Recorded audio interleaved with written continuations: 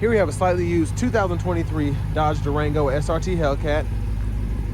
Now this one comes in diamond black, and then we get that black high performance leather and suede interior. And the powertrain consists of the 6.2 liter supercharged V8 engine mated to an 8-speed shiftable automatic transmission. That gives us 710 horsepower, 645 pound-feet of torque. And this one it's gonna have about 150 miles when I'm done driving it. But as we come around to the front end here, we do get our LED headlamps, LED daytime running lights. And this one also has the black package, so nice menacing look throughout. You can already hear the engine just loud. We haven't even opened the engine bay yet, but we'll get to that here momentarily. 20-inch aluminum wheels, of course Brembo brakes, SRT red brake calipers there. But love the gray metallic badges. Passive keyless entry on the front two doors. Memory seat functions. To set that up, just hit the S, hold the number you want to set it to, and then to recall, just hit a number and it'll pull up that driver's seat. But we do have one-touch automatic up and down windows on the front, regular power windows on the back, power door lock controls here, rear window lock, and then power mirror controls are there. And then we do have blind spot monitors in our mirrors, bottle holder here, map pocket. We just have the standard 9-speaker Alpine sound system, which is pretty good, but the Harman Kardon's much better. But I mean, it's a beast of a sound system. But headlamp controls are there. Auto can be toggled on there. We have a foot pedal brake, so just press it down, then press it again to pull it back up. Performance pedals there. We have a power tilt and telescoping steering wheel, and then we can adjust the brightness of gauge cluster, screen, and all of that there. But there's our power driver seat, 4-way power lumbar support, and then the seat bottom and seat back controls are there. Love the leather on the side, and then just having that suede middle. It just looks great, feels great. But I have that seat up front adjusted for someone of my size, being 6'3" with longer legs. So we're gonna check out this rear seat room. So pretty good leg room in here, I think. Being 6'3", again, longer legs, even with this huge seat, we still have tons of space for myself adjusted up here. And then my knees are just touching the back of the seat a little bit in the second row here. The seat back pockets, again, both sides, rear AC vents, 2-stage heated outboard seats, 2 USB-A charge ports, and then a 115-volt 3-prong household plug-in there. Rear AC controls are here. And then we do have the nice premium dome lights. I like that yellow there. That's pretty sick, actually. And then the third row, not bad space behind this seat, so this is still pretty much the ultimate performance family hauler, I think. We can pull this down and hang several hangers on there. It's pretty sturdy, actually. And then one more thing I forgot, because I left this here. We do have the bottle holders here in the middle, which I love how they did that. So plenty of storage still while you're doing the dash. Fuel filler there.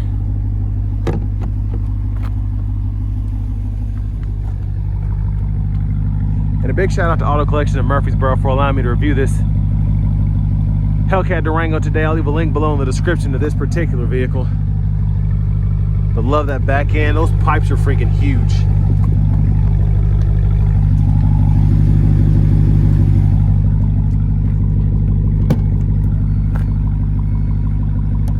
With the power lift gate up, that's the space behind the third row. And of course we can fold these down if we need to. Pretty easy, and that just shows you the space difference between there. And then we have a nice big side pocket in the back here. And then that's our power lift gate control. We can press that to open and, well, to shut from the back. And then there's a 12-volt there.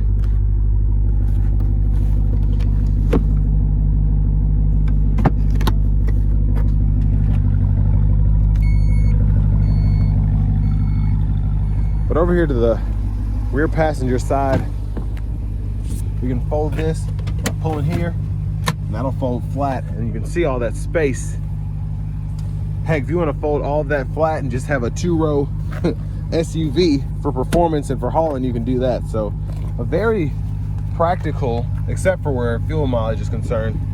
Very practical SUV.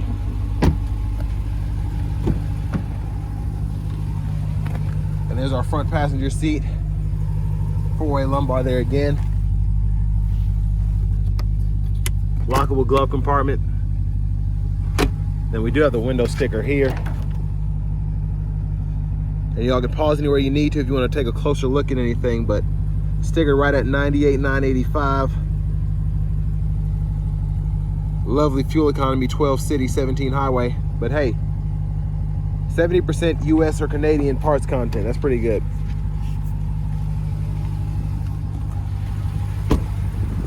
Of course, I think I forgot to pop the hood. It's like the most important part.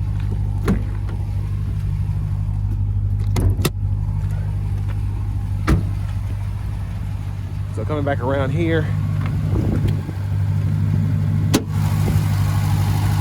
there she is, 710 horsepower, 6.2 liter V8 supercharged. That's just a menace right there. Well, let's go ahead and go through the inside real quick, then we can get to the good part of driving this thing. So nice leather wrap steering wheel here. There's the horn. I love the perforation on the sides and just a nice thick padding all the way around. Fantastic there. Now to the screen here, that's the home page. And then we have media, so we can go through AM, FM, XM radio. We have Bluetooth audio. And then I believe we have wireless CarPlay, Android Auto compatibility. I know I have a 22 Pacifica and that has a wireless CarPlay, Android Auto. So I'm assuming this does too. I know it at least has a standard one. But we do have the dual zone climate controls. We can adjust that from either the screen or down here below. We also have those rear climate controls as well, which we can adjust from the screen and pull that up direction, lock the rear, adjust the temperature, all of that. But heated steering wheel toggles there, 3-stage heated cooled front seats. We have buttons for all those down there, but we'll look at that in a minute. Navigation screen, hit search, pretty easy to do. You can add your home, add your work, enter an address, and then phone connection. You can add a device, search for your device, or you can just pair it, trying to find it on your Bluetooth device, which is pretty easy. I just like doing it that way. And then all of your vehicle settings are going to be right in here. So you can power fold the third row headrest, drive modes are here. So you can decide if you want to be in auto mode, sport mode, track mode, all of that. And there's an eco mode here, but you had to be in auto mode, I guess, for that. So race options, performance pages, all of that. And then your settings, you can change your language there and your units here. Those are the questions I'm mostly asked about if you want to change it from US to metric, and how do you change the language from English to Spanish. So there you have it. And then you can set your clock and all that stuff. Everything's right in here if you need that. And then you have an apps option as well. So within there, you can look at the favorites and then look at all the different applications within each kind of sub menu.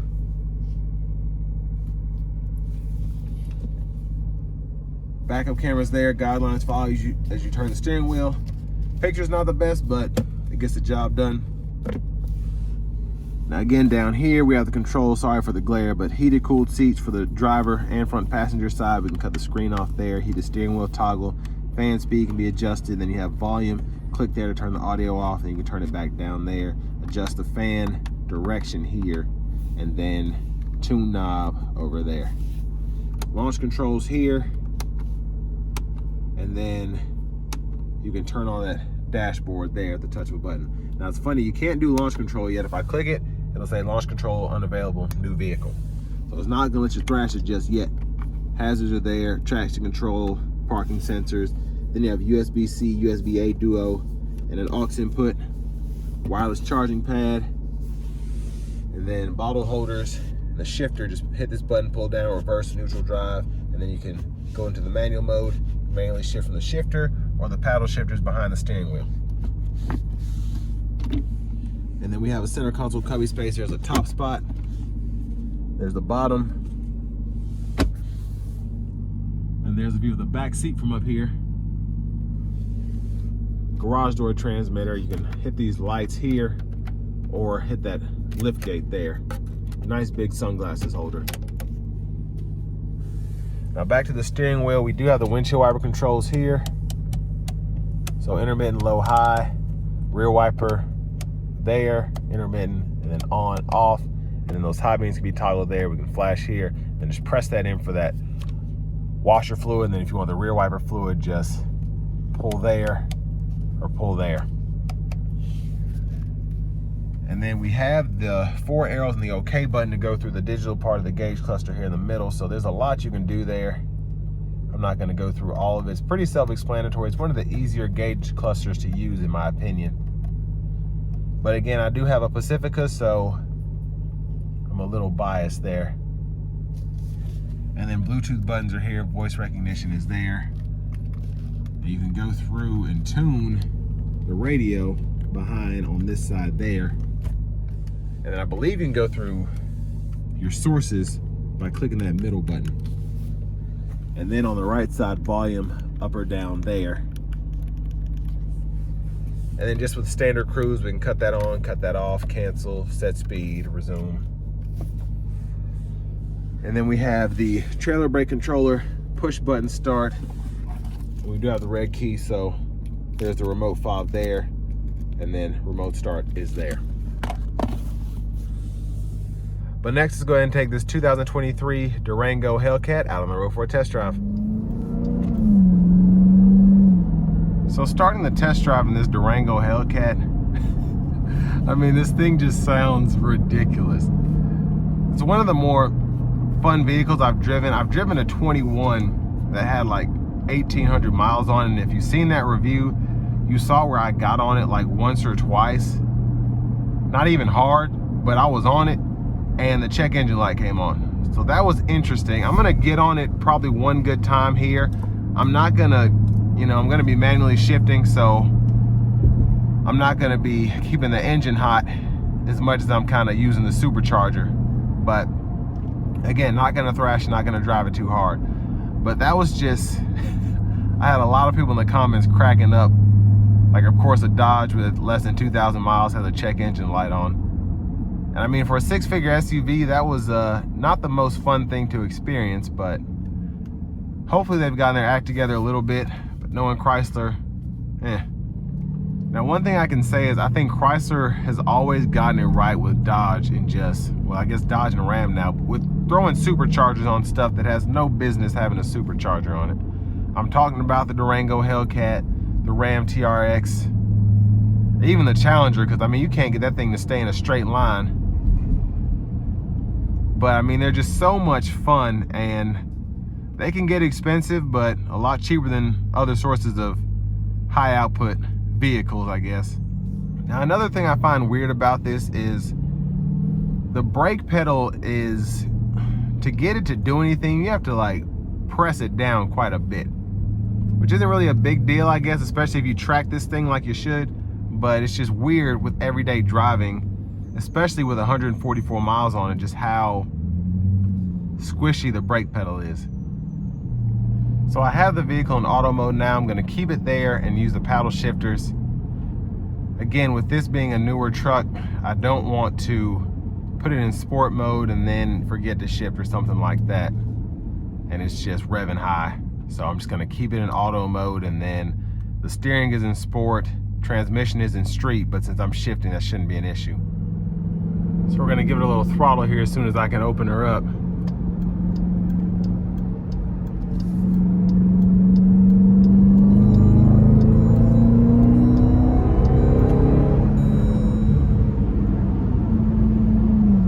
That's all we're gonna get here. And then I'm gonna go ahead and set the cruise on. But I mean, honestly, pretty stellar acceleration. Again, I didn't even have my foot in it like that, but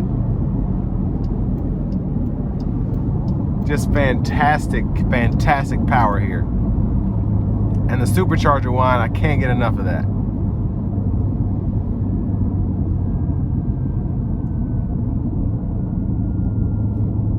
And honestly, the ride quality is not bad at all.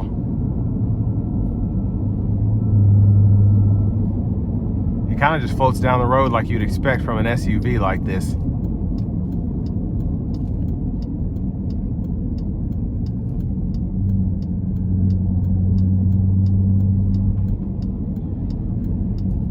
I'm going to put it back into the auto mode now, and then we'll just see how it drives normally. I'll have to get one that has a few more miles on it to put it into the sport mode and kind of give it all it's got. But for now, that kind of just shows how quick this thing is.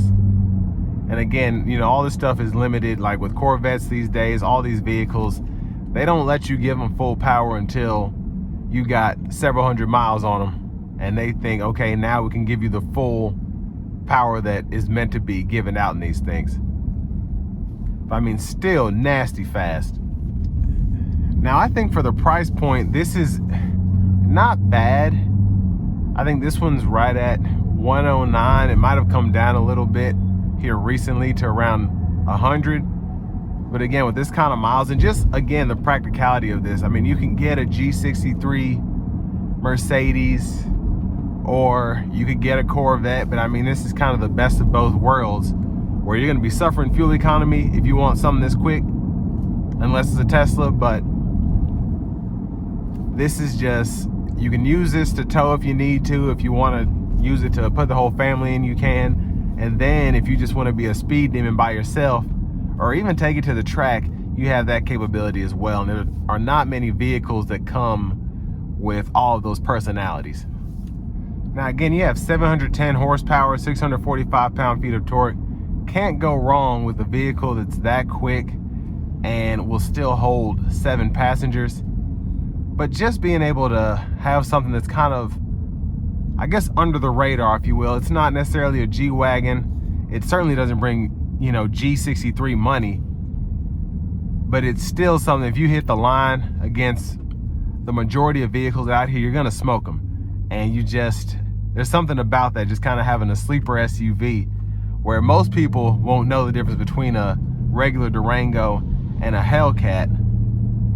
If you have one of these, it'll just be funny to put your foot into it, really, against maybe a minivan.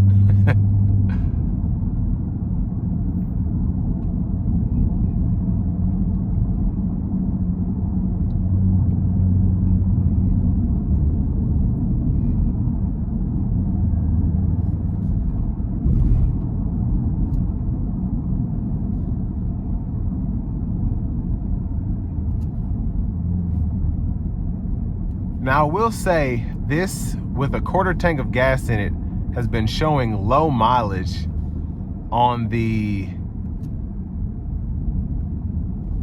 fuel meter here. I'm gonna see if I can pull it up really quickly, which I just think is funny because it just expects you to burn through gas. Yeah, right there it's gonna say range low, and it's been saying that since I've been in here, and it was at a quarter tank.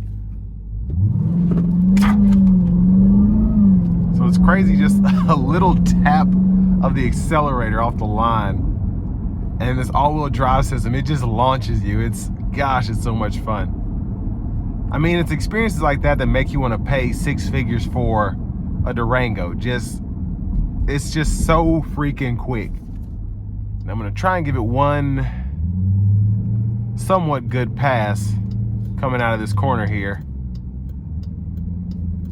if I can.